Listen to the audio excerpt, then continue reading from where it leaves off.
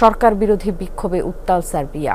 রোববার রাজধানী বেলগ্রেডে রাজপথে নামে ২৯,০০০-এর বেশি মানুষ। আন্দোলনকারীদের হাতে ছিল ক্ষমতাসীন সার্বিয়ান প্রোগ্রেসিভ পার্টি বিরোধী স্লোগান সম্মিলিত ব্যানার ও পোস্টার হাতে স্লোগান দেয় বিক্ষোভকারীরা।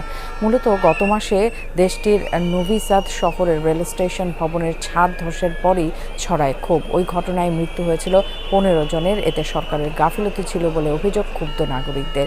দাবি, দুর্নীতি, জালিয়াতি এবং নির্মাণ কাজের ত্রুটির কারণে এই মর্মান্তিক দুর্ঘটনা হয়েছে। যদিও সব অভিযোগ অস্বীকার করেছে সার্বিয়ার প্রেসিডেন্ট আলেকজান্ডার ভুসিচ। স্বরাষ্ট্রমন্ত্রী এবং গোয়েন্দা প্রধানের পদত্যাগ দাবি করেন বিক্ষোভকারীরা।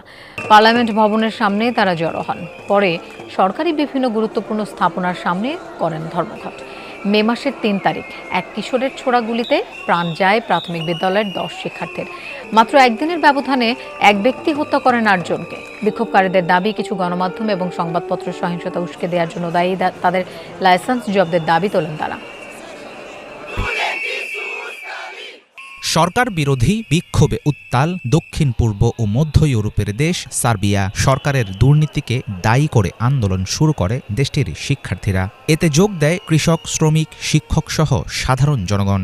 কয়েক সপ্তাহ ধরে সীমিত আকারে চললেও সম্প্রতি সার্বিয়ার রাজধানী বেলগ্রেডে বিশাল জমায়েতের খবর প্রকাশ করে রয়টার্স, গার্ডিয়ান, ডয়চে ভেলে, ইউরোনিউজ সহ বিভিন্ন আন্তর্জাতিক গণমাধ্যম। দুর্ঘটনা কবলিত স্টেশন সংস্কারের নথিপত্র প্রকাশ ও বিপর্যয়ের জন্য দায়ী ব্যক্তিদের বিচারের দাবিতে অনড় বেলগ্রেড ও সার্বিয়া জুড়ে আন্দোলনরত বিশ্ববিদ্যালয় শিক্ষার্থীদের। হাফিজুল ইসলাম, বাংলা ভিশন।